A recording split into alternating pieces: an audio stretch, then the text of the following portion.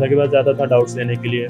Proper doubts बैठ के हम, और ऐसा भी नहीं है कि ये क्वेश्चन है तो इसका आंसर ये है तो डाउट खत्म हो गया, नहीं। उसके पीछे की पूरी कहानी, उससे रिलेटेड अलग 10 क्वेश्चन, उन 10 क्वेश्चन की कहानी, सब कुछ अच्छे से पूरा कंसेप्ट क्लियर होता था। नमस्कार। आज हम बात करने वाले हैं उन पेरेंट्स के लिए जो हमेशा इसी टेंशन में रहते हैं कि वो अपने बच्चे का फ्यूचर किस तरह से सेट करें, किस तरह से उनको एक अच्छा भविष्य दिया जाए, क्या उनके लिए सही है और क्या गलत है। और इसी कश्मकश में जो पेरेंट्स होते हैं, कई बार जो डिसीजंस होते हैं वो गलत लिए जाते हैं। जी हाँ, मैं बात कर रही हूँ कि आजकल जो देखा जाता है अखबारों में, जी हाँ, अगर हम एजुकेशन की बात कर रहे हैं तो एजुकेशन को लेकर हर पेरेंट टेंशन में रहता है कि बच्चे का एडमिशन कहाँ करवाया जाए और कहाँ ना करवाया जाए, जिससे कि उनका भविष्य बेहतर हो सके। और इसी कश्मकश में हम क्या करते हैं कि न्यूज़पेपर उठाते हैं, एड्स देखते हैं, और उन एड्स में एक फेस आपको नजर आता है एक बच्चे का जिसके बहुत अच्छे मार्क्स होते हैं, जो टॉपर होता है डिस्ट्रिक्ट का, अपने स्टेट का, और वही बच्चा फेस एक होता है लेकिन कोचिंग सेंटर अलग अलग होते हैं। जी हाँ, कितनी सच्चाई है इस बात में? क्या ये सच है? बच्चा एक और कोचिंग सेंटर अलग अलग? आज हम इसी बात की पड़ताल करने के लिए पहुंचे हैं कि उस बच्चे के फेस को देखकर आप अपने बच्चे का उस कोचिंग सेंटर में एडमिशन करवा देते हैं, लेकिन क्या उस बच्चे का जो रिजल्ट आया है उसी कोचिंग सेंटर से कोचिंग लेकर आया भी है या नहीं? तो इसी बात की आज हम पड़ताल करेंगे और बातचीत करेंगे कुरुक्षेत्र के कौशिक क्लासेस में पढ़ाने वाले विवेक सर से, और जानेंगे कि उनकी क्या राय है, कितनी सच्चाई है आखिर इस बात में। तो आइए चलते हैं कौशिक क्लासेस में और बातचीत करते हैं विवेक सर से कि उनका क्या कहना है इस मामले में। तो चलिए चलते हैं और पूछते हैं, जानते हैं क्या सच में ऐसा होता है कि जो बच्चा टॉपर बना है अपने डिस्ट्रिक्ट में या स्टेट लेवल में, तो क्या वाकई वो उसी कोचिंग सेंटर से पढ़कर उसने ये मार्क्स लिए हैं, या उसी कोचिंग सेंटर के जो टीचर्स थे बच्चों के साथ मेहनत करी है? सर, सबसे पहले बी पॉजिटिव न्यूज़ पर आपका बहुत बहुत स्वागत है। थैंक यू मैम, और आप यहाँ आए इसके लिए मैं आपका भी वेलकम करता हूँ। सर, सबसे पहले मैं जानना चाहूंगी, मैं उन पेरेंट्स के लिए ये सवाल आपसे कर रही हूँ कि आजकल हम देखते हैं कि अखबार जो न्यूज़पेपर होते हैं, ऐड आती है कोचिंग सेंटर की। एक बच्चे का फेस होता है लेकिन कोचिंग सेंटर अलग अलग होते हैं, ऐसा देखा गया है रियलिटी में। आपको क्या लगता है, कितनी सच्चाई है इस बात में? मीडिया के सामने बहुत अच्छा एक क्वेश्चन किया है, जिसका आंसर देने में मुझे भी बहुत खुशी महसूस हो रही है। आज कोचिंग सेंटर्स के जो ओनर हैं, जितने भी कोचिंग सेंटर आज चल रहे हैं, उन्होंने एजुकेशन को एक बिजनेस बना के रख दिया है। वो लोग क्या करते हैं कि कहीं का भी रिजल्ट उठा लेते हैं और कहीं भी शो कर देते हैं। किसी भी सेंटर को अगर आप देखेंगे तो आप देखेंगे कि कहीं का रिजल्ट कहीं भी शो कर दिया जाता है, लेकिन हमारे यहाँ पे ऐसा नहीं है। मैं प्लीज आपके कैमरामैन को कहूंगा कि प्लीज एक बार थोड़ा इधर दिखाएं। ये हमारा फर्स्ट ईयर, पहले साल का रिजल्ट है। पहले साल में हमारा डिस्ट्रिक्ट टॉपर आया है जिया शर्मा, सीबीएसई में। हमारे पास पहले ही साल में नीट क्लियर हो चुका है बिटिया का, शेफाली राणा का, और मेरे पास 2 ही बच्चे थे, दोनों आज एनआईटी में पढ़ रहे हैं।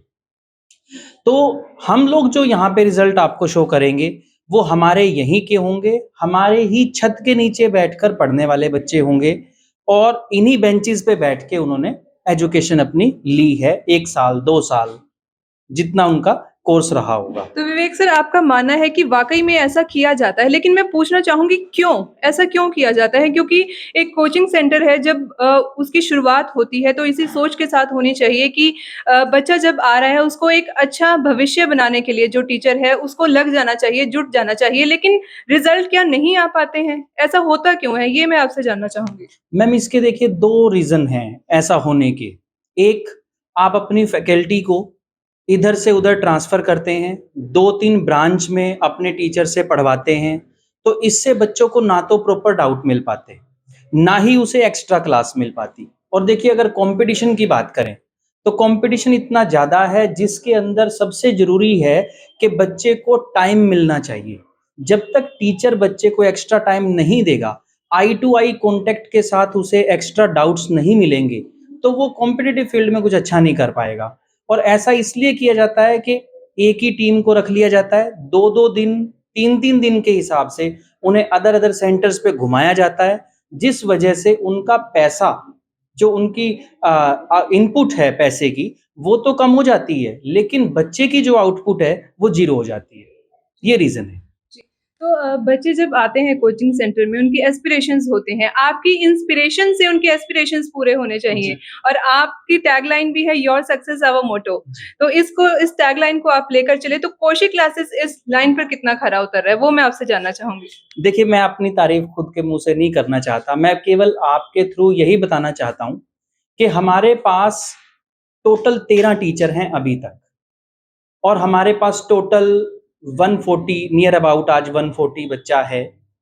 10 टू 15 बच्चे मैं निकाल चुका हूँ जो नोटोरियस पार्टिकल हैं, मैं उनको नहीं रखता और 13 टीचर इन बच्चों के ऊपर हैं, तो आप रेशो चेक कर सकते हैं। और मेरे टीचर फुल डे यहीं होते हैं, वो कहीं और नहीं पढ़ाने जाते, वो यहीं पर बच्चों के साथ पूरा दिन लगाते हैं। मैं फ़ीस बच्चे से 3 घंटे की लेता हूँ जैसे अदर सेंटर लेते हैं, लेकिन हम बच्चे को पूरा दिन अपने पास रखते हैं, यहीं पढ़ाते हैं। छुट्टी जिस दिन होती है, जैसे अभी 15 दिन की छुट्टियाँ चली हैं, तो सारे बच्चे सुबह से शाम तक हमारे पास ही रहेंगे।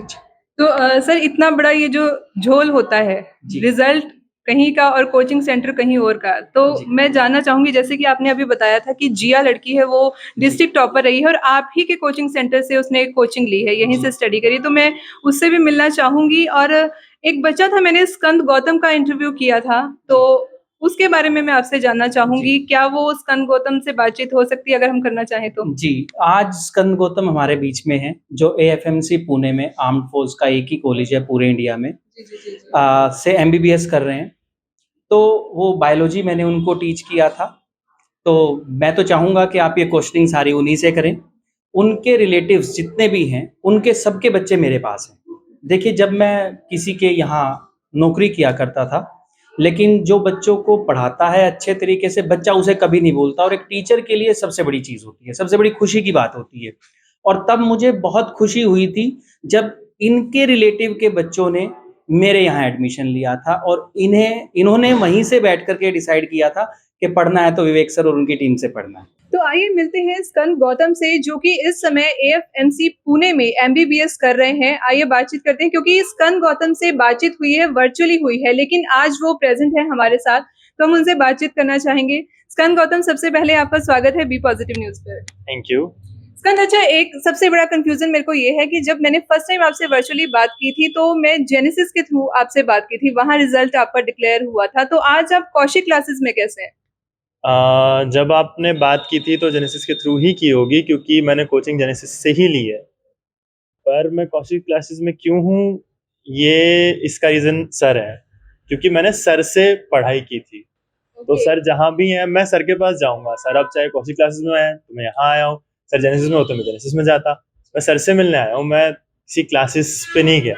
Okay, okay. तो मतलब मैं सर के पास कहने का मतलब है कि एक टीचर बहुत बड़ा रोल प्ले करता है बिल्कुल, अगर बिल्कुल। आप कुछ अचीव करते हैं तो। हाँ जी, बिल्कुल। सर ने मुझे थ्रू आउट अच्छे से पूरी बायो थ्रू आउट बोला कि सिर्फ़ एनसीईआरटी को फ़ॉलो करो, क्वेश्चन सॉल्व करो, पेपर सॉल्व करो, जो कर सकते हो करो, डाउट्स के लिए मैं बैठा हूँ और मेरे सारे डाउट्स लिए सर ने। एक बार ऐसा भी टाइम आया था कि थोड़े टाइम के लिए सर नहीं थे वहाँ पे, कोई और सर आते थे पढ़ाने या मैम आते थे पढ़ाने। तो मेरा काफ़ी एकदम ऊपर-नीचे हो गया था क्योंकि डाउट्स क्लियर नहीं हो पा रहे थे, कुछ नहीं हो पा रहा था।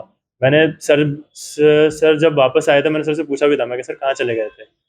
जो भी हुआ था, तो फिर जब सर वापस आए पूरा ध्यान सर ने मुझ पे दिया, मैं अकेले बैठा रहता था वहाँ पे पढ़ता था, सर भी वहीं रहते थे पूरा टाइम और मैं पूरे डाउट्स लेता था सर से थ्रू आउट एक-एक क्वेश्चन के। तो वो काफ़ी हेल्पफुल था सारी चीज़ों में। तो स्कंद, आपका कहने का मतलब है कि जब हम किसी चीज़ के लिए अपने लक्ष्य को पूरा कर रहे होते हैं, कोई एक पर्सन ऐसा ज़रूर होता है जो हमें सपोर्ट करता है, हमारी स्ट्रेंथ बनता है, तो आपकी स्ट्रेंथ बने विवेक सर। क्या सही बिल्कुल, हूँ मैं? बिल्कुल, बिल्कुल। विवेक सर उन स्ट्रेंथ्स में से एक थे, जो मेरे पीछे थे कि तेरा एडमिशन होगा और जहाँ तेरे को चाहिए वहीं होगा, तो बस ये कर और ऐसे कर और वैसे कर। और अगर मैं कभी कुछ गलत करता था या नहीं करता था, तो डाँट भी बराबर से पड़ती थी सर से। मैं सर के पास जाता था डाउट्स लेने के लिए, प्रॉपर डाउट्स बैठ के हम और ऐसा भी नहीं है कि ये क्वेश्चन है तो इसका आंसर ये है तो डाउट खत्म हो गया, नहीं। उसके पीछे की पूरी कहानी, उससे रिलेटेड अलग 10 क्वेश्चन, उन 10 क्वेश्चन्स की कहानी, सब कुछ अच्छे से पूरा कांसेप्ट क्लियर होता था। तो अब आप उन बच्चों के लिए इंस्पिरेशन हैं जो बच्चे आगे एमबीबीएस करना चाहते हैं।